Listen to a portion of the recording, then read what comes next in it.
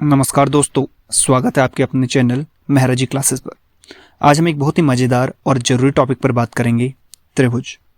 क्या आप जानते हैं, हर दिन आप त्रिभुज को देख रहे होते हैं लेकिन पहचान नहीं पाते। सोचिए, आपकी पतंग, आपकी घर की छत की डिज़ाइन या यहाँ तक कि पिज्ज़ा का टुकड़ा, ये सब कहीं ना कहीं त्रिभुज की ही याद दिलाते हैं। तो चलिए इसे आसानी से समझते हैं। सबसे पहले देखते हैं त्रिभुज की परिभाषा। त्रिभुज का मतलब है वो आकृति जिसे तीन रेखाएं मिलकर बनाती हैं। जैसे कि आप समझ सकते हो, 3 कोनों प्लस 3 भुजाएं इक्वल्स टू त्रिभुज।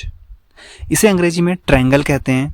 ध्यान दें, इसमें 3 भुजाएं और 3 कोने, यानी कि जो कि जिसे हम वर्टिसेस बोलते हैं कोनों को, और भुजाओं को बोलते हैं हम साइड्स होते हैं। यह हमारी ज्यामिति का बहुत ही जरूरी हिस्सा है। त्रिभुज की परिभाषा तो हमने देख ली। अब सवाल उठता है, त्रिभुज कितने प्रकार के होते हैं?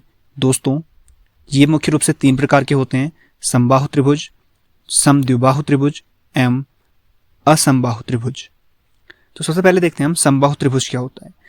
तो इसमें जो होती हैं 3 भुजाएं बराबर होती हैं। सोचिए, अगर आपके पास एक पिज्जा है और उसे 3 बराबर हिस्सों में काटा जाए तो हर हिस्सा एक समबाहु त्रिभुज हो सकता है। इसी प्रकार हम देखते हैं कि समद्विबाहु त्रिभुज क्या होता है। समद्विबाहु त्रिभुज को हम देखेंगे, इसमें क्या होती है, 2 भुजाएं बराबर होती हैं। उदाहरण के लिए पतंग का आकार, पतंग जो होती है वो समद्विबाहु त्रिभुज का जो है एक एग्जाम्पल हम बोल सकते हैं उसे। तीसरा हमारा जो प्रकार हमने बताया वो है असमबाहु त्रिभुज, यानी कि इसमें तीनों भुजाएं अलग अलग होती हैं। जैसे कि पहाड़ की आकृति को आप बोल सकते हो असमबाहु त्रिभुज। त्रिभुज के प्रकार देखने के बाद तो चलिए आप जानते हैं त्रिभुज की कुछ खास बातें। तो नंबर पहला जो आता है वो आता है त्रिभुज की तीनों कोणों का योग जो होता है हमेशा 180 डिग्री होता है। ये आपको याद करके रखना है।